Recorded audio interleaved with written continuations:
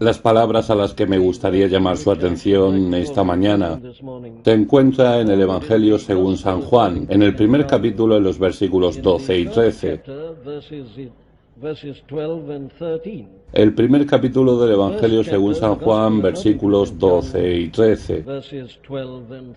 Pero a todos los que le recibieron les dio el derecho de llegar a ser hijos de Dios, es decir, a los que creen en su nombre, que no nacieron de sangre, ni de la voluntad de la carne, ni de la voluntad del hombre, sino de Dios. Hemos estado mirando estos dos versículos durante los últimos domingos por la mañana desde diferentes ángulos y puntos de vista. Pero en particular por la mañana del pasado domingo estuvimos viendo desde el punto de vista de este asombroso mensaje que nos traen, es decir, que aquellos que conocen al Señor Jesucristo y lo reciben y que han creído en Él, se les ha dado el honor y el privilegio de convertirse en hijos de Dios.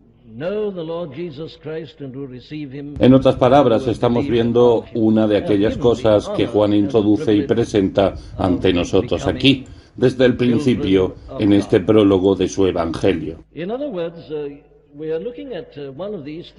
Su objetivo es, como les he seguido recordando, que aquellos de nosotros que somos cristianos deberíamos estar viviendo como cristianos y deberíamos estar disfrutando de la vida cristiana, y nuestra incapacidad al hacerlo generalmente se debe a nuestra incapacidad de comprender y apreciar cómo debiéramos lo que ha sido posible para nosotros en y a través de nuestro bendito Señor y Salvador.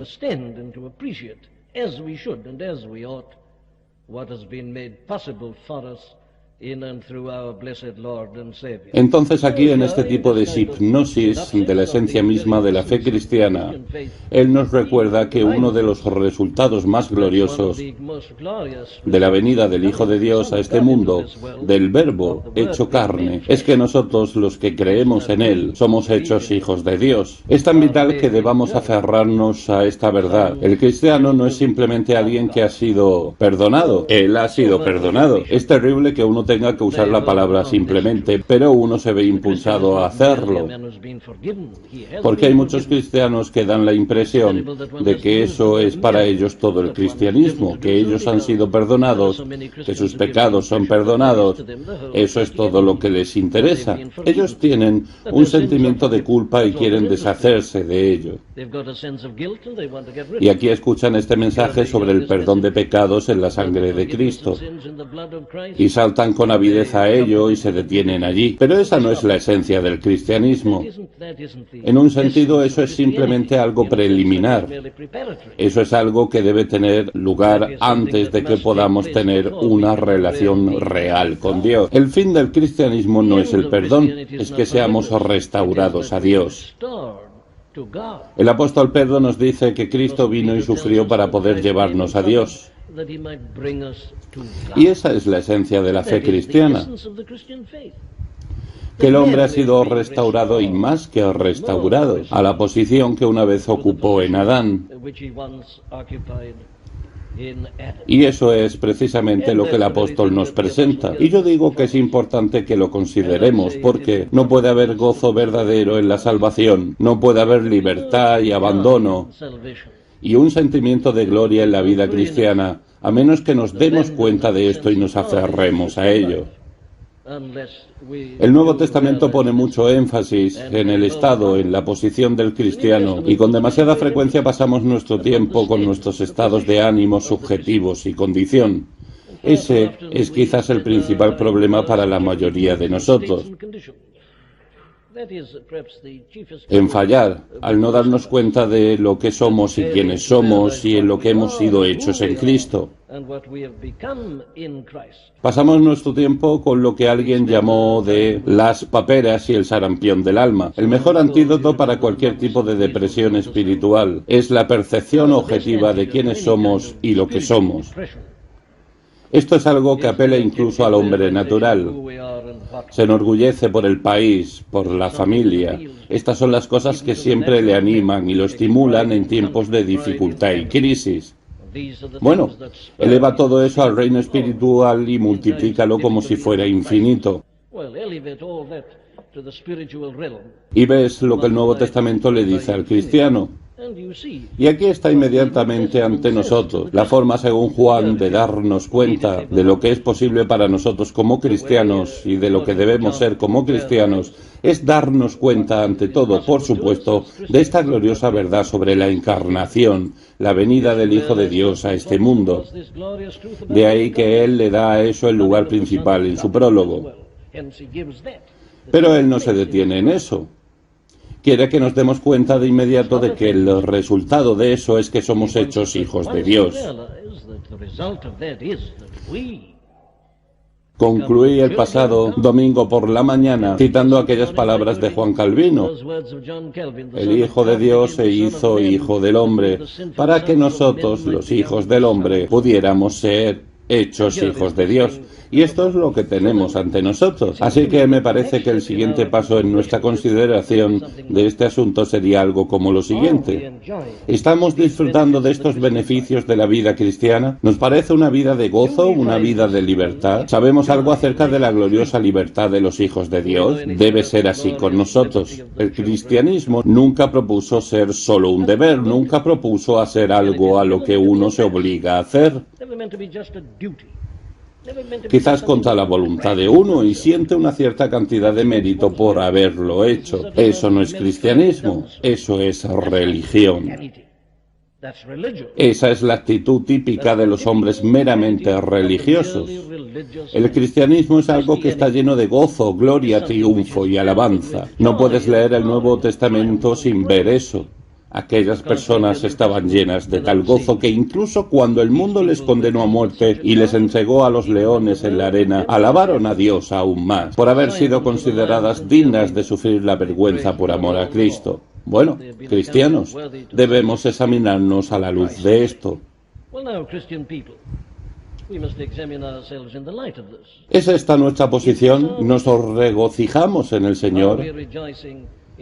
¿Podemos decir que el gozo del Señor es nuestra fortaleza? Bueno, si no podemos decirlo, si hay alguna duda, probablemente se deba al hecho de que, en una manera u otra, somos defectuosos en nuestra apreciación, de nuestra verdadera percepción, de aquello que hemos sido, de aquellos que hemos sido hechos en Cristo Jesús. A todos los que le recibieron, les dio el derecho de llegar a ser hijos de Dios. Así que la pregunta que tenemos ante nosotros es esta: ¿sabemos que somos hijos de Dios? ¿Nos damos cuenta de ello? No es suficiente solo pasar mecánicamente por una exposición de las Escrituras y decir que Él hizo esto posible. Debemos disfrutar de ello. No es algo que solo conoces con tu mente o intelecto. Esto es algo muy real, experimental. Así que me parece que si hay alguna duda en nuestras mentes o en nuestras vidas y corazones con respecto a este asunto, lo mejor que podemos hacer es examinarnos para asegurarnos de si realmente somos hijos de Dios. Ahora, el Nuevo Testamento nos proporciona muchos tests a este asunto específico. Es inevitable que sea así. Estos documentos del Nuevo Testamento fueron escritos para cristianos. Nunca olvidemos eso. Incluso los evangelios. Los evangelios no fueron escritos para el mundo, fueron escritos para la Iglesia. Me parece que hay una tendencia a olvidar eso actualmente. Fueron escritos para fortalecer la fe de los creyentes, como inevitablemente lo fueron las epístolas. Entonces, digo que no es sorprendente que prácticamente en todo el Nuevo Testamento encuentres estos tests constantemente siendo aplicados. Algunos de los documentos del Nuevo Testamento hacen esto mucho más a fondo que otros. Vea la primera epístola de Juan, la porción que leímos al principio. Esa epístola fue escrita prácticamente entera para esa finalidad. Un hombre, comentando ese libro, lo llamó de test de la vida. Y hay en esa epístola muchos test maravillosos y profundos. Sobre este asunto que estamos viendo juntos, ¿te diste cuenta de varias frases luego en la lectura inicial? En los capítulos 1 y 2, en el que el apóstol argumenta de esta manera: si estás haciendo esto o aquello o no estás haciendo otra cosa, entonces él dice, no tiene valor en tu profesión. Profesión de fe. No eres nacido de Dios, no eres realmente hijo de Dios. Esa es su forma de presentarnos estos test. Hay muchas otras formas. Vea este asunto que estamos abordando esta mañana. ¿Somos hijos de Dios? Bueno, el apóstol Pablo nos da un test obvio en Romanos 8:14, donde él dice: todos los que son guiados por el Espíritu de Dios, los tales son hijos de Dios. Esa es una ilustración típica de la forma en que el Nuevo Testamento trata este asunto, por lo que muchas de las exhortaciones de conducta y comportamiento son puestas de la misma forma. El apóstol Pablo, ¿te recuerdas en la epístola a los Efesios, en el principio del capítulo 5, dice: hijos amados de Dios? Nos pide que amemos y ayudemos unos a otros y nos abstengamos de ciertas cosas. Nos pide como a hijos amados. Muy bien, tenemos abundantes motivos que podemos usar en este esfuerzo de asegurarnos que realmente somos hijos de Dios. ¿Tienes dudas de ello? Muy bien, abordemos eso de manera natural, a través de la analogía humana que inmediatamente se presenta. ¿Cómo se prueba esta relación entre el niño y los padres, entre el niño y la familia? Bueno, hay ciertos test obvios, pero debemos conformarnos al Nuevo Testamento, que pone en este orden. La primera forma de saber con certeza si realmente eres un hijo de Dios es, como ya hemos visto, tu relación con el Señor Jesucristo. Tenemos que comenzar con eso. ¿Por qué? Bueno, porque Dios es espíritu. Y porque, como se nos dice, ningún hombre ha visto a Dios en ningún momento. Pero Él ha venido, el Hijo unigénito que está en el seno del Padre. Él lo declaró. Dios fue manifestado en la carne. Primera de Timoteo 3:16. Y así comenzamos con Él. Comenzamos con Él también porque nunca podríamos haber llegado a ser hijos de Dios si Él no hubiera venido y no hubiera hecho todo lo que Él ha hecho. Así que, sin más demora con esto esta mañana, porque de hecho hemos tratado los últimos domingos por la mañana, hay un test obvio que puede ser aplicado. Nuestra relación con el Señor Jesucristo proclama en sí misma si somos nacidos de Dios y si somos hijos de Dios o no. Vea que aquí eso se expresa en términos de aquellas 3 palabras que estuvimos analizando hace 2 o 3 domingos.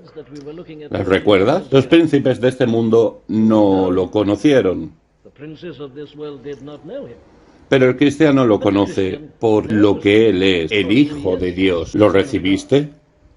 Los fariseos y los escribas no lo recibieron, los suyos no lo recibieron.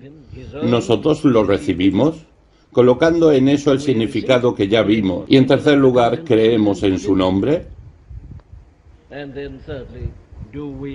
Ahora, Juan, en su primera epístola, ubica todo eso en el primer verso del 5º capítulo, donde dice esto: todo aquel que cree que Jesús es el Cristo es nacido de Dios. Ahí está, todo aquel que cree que Jesús es el Cristo es nacido de Dios. Ahora, obviamente, hay un contenido en esa afirmación, ¿no es cierto? Realmente creer que Jesús es el Cristo, el Mesías, el libertador. Lo que decíamos sobre el contenido de creer en su nombre. No es suficiente solamente decir, por supuesto, creo en el Señor Jesucristo, siempre lo he hecho. Si lo dices así, me estás diciendo que no crees en Él. Creer que Jesús es el Cristo es saber y confesar que eres un pecador sin esperanza, condenado y vil. Que toda tu justicia no es más que un trapo de inmundicia, que tienes un espíritu de miseria, incluso lamentas tu vida, que tienes hambre y sed de justicia, y sabes que solo Él puede llenarte. Ese es el contenido. No es solo un decir mecánico, yo creo. No es solo algo intelectual, no. Creer en Él significa que estás totalmente comprometido con Él, que te abandonaste a Él y que no tienes ninguna esperanza aparte de Él. Pero está bastante claro, todo aquel que cree que Jesús es el Cristo, de esa manera es nacido de Dios. El hombre religioso con su justicia propia no cree que Jesús es el Cristo. Él puede decir que cree, pero si él está confiando en su propia bondad, en su propia vida, en sus propias obras, él no cree que Jesús es el Cristo. Él no necesita de un Salvador. Es como el fariseo que dice: Dios, te doy gracias porque no soy como los demás hombres. Nunca ha visto la necesidad de la muerte de Cristo en la cruz. Él no es nacido de Dios. Pero el hombre que realmente ha visto su propia incapacidad y desesperanza y se regocija en Cristo Jesús, ese es nacido de Dios. Bueno, déjenme expresarlo en términos de Filipenses 3:3. El apóstol Pablo resumió todo allí. Él dice: nosotros somos la circuncisión. ¿Quiénes somos nosotros? Bueno, él dice: adoramos en el Espíritu de Dios y nos gloriamos en Cristo Jesús, no poniendo la confianza en la carne. Esto es lo que significa creer que Jesús es el Cristo. Ninguna confianza en la carne. Regocijarse en Cristo Jesús, el Mesías, el Libertador, el Salvador, y confiar total y enteramente en Él. Muy bien, no debemos detenernos en eso, pero es esencial que yo ponga eso aquí. Pero a todos los que lo recibieron, ahí está, les dio el derecho de llegar a ser hijos de Dios. Digo esto para consolarte, querido amigo. Si puedes decir honestamente esta mañana: mi esperanza está puesta en nada menos que en la sangre y la justicia de Jesús, no me atrevo a confiar en la más encantadora estructura, sino que me apoyo exclusivamente en el nombre de Jesús. En Cristo, en la roca sólida, me permanezco. Todo otro suelo es arena movediza. Si puedes decir eso honestamente, te declaro que eres un hijo de Dios. Eres nacido de Dios. Las dos cosas siempre van juntas. Todo aquel que cree que Jesús es el Cristo es nacido de Dios.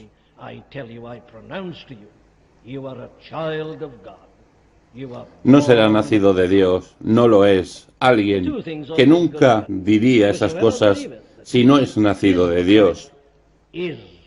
Si no está dando pruebas del hecho de que ya es nacido de Dios al decir esas cosas. Muy bien. Dejamos eso, nuestra relación con el Hijo. Luego llegamos al segundo punto, que es nuestra relación con el Padre. Y aquí nuevamente, por supuesto, hay un sinfín de test. Y todo lo que quiero hacer esta mañana es poner estos test ante ustedes. Esta no es una ocasión para exhortar, es una ocasión para examinarse. No hay nada que yo sepa en el mundo esta mañana que es más importante que este asunto que estamos tratando. ¿Soy un hijo de Dios o no? Porque si soy un hijo de Dios, pase lo que pase, sé que estaré bien en el final.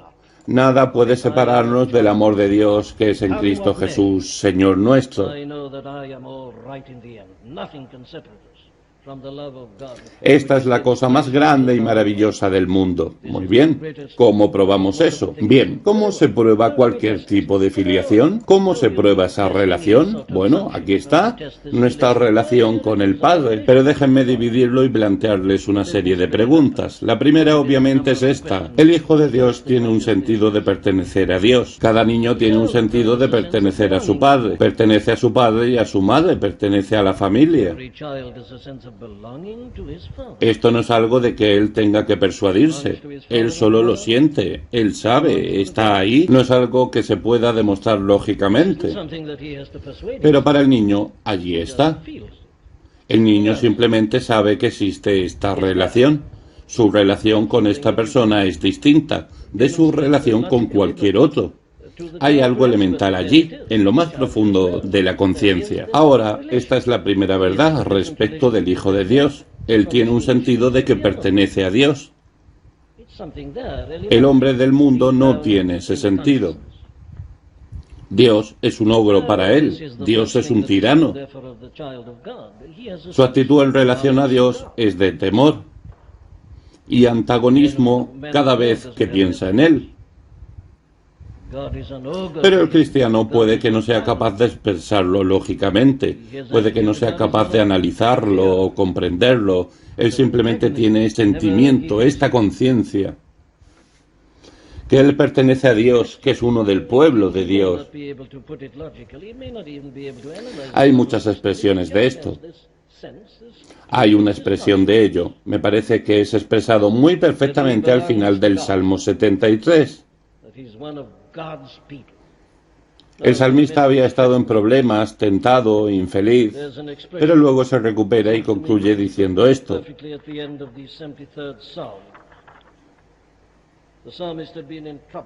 Dios dice él, es todo para mí. ¿A quién tengo yo en los cielos sino a ti? Y fuera de ti nada deseo en la tierra.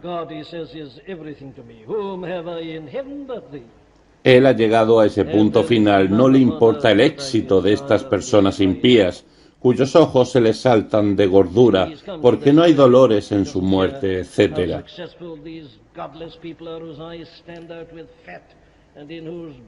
Todo eso le había estado preocupando, pero ahora él dice, no importa, solamente una cosa me preocupa, Dios. ¿A quién tengo yo en los cielos sino a ti? No hay nada que realmente me interese aparte de ti. El cristiano, como hijo de Dios, obviamente, tiene ese sentimiento y conciencia fundamentalmente dentro de él. ¿Son el pueblo de Dios, mis amigos? ¿Saben que son el pueblo de Dios? ¿Saben que están completamente en ese contexto y estado? ¿O es Dios alguien fuera de ti que le recuerdas ocasionalmente?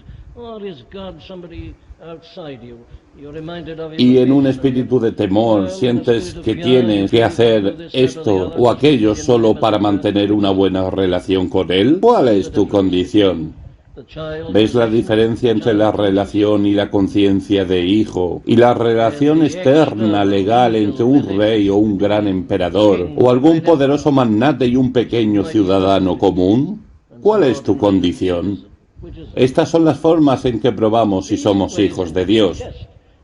En otras palabras, permítanme explicarlo un poco, como un segundos test y decir que el Hijo de Dios es alguien que piensa en la vida como un todo en términos de Dios. La vida del Hijo está ligada a la del Padre. E instintivamente él piensa en todo y considera todo en estos términos. Ahora, en la forma más amplia, esto puede ser expresado con las palabras que el apóstol Pablo usó en Atenas, en Grecia. En él vivimos, nos movemos y existimos. Eso está bien, pero eso es filosófico. El Hijo va mucho más allá de eso. Puede que no se dé cuenta filosóficamente, pero en realidad en la práctica sí lo sabe. Su vida, su perspectiva, su todo está en términos de su padre, tal hijo. Él considera todo exactamente de la misma manera que su padre hace.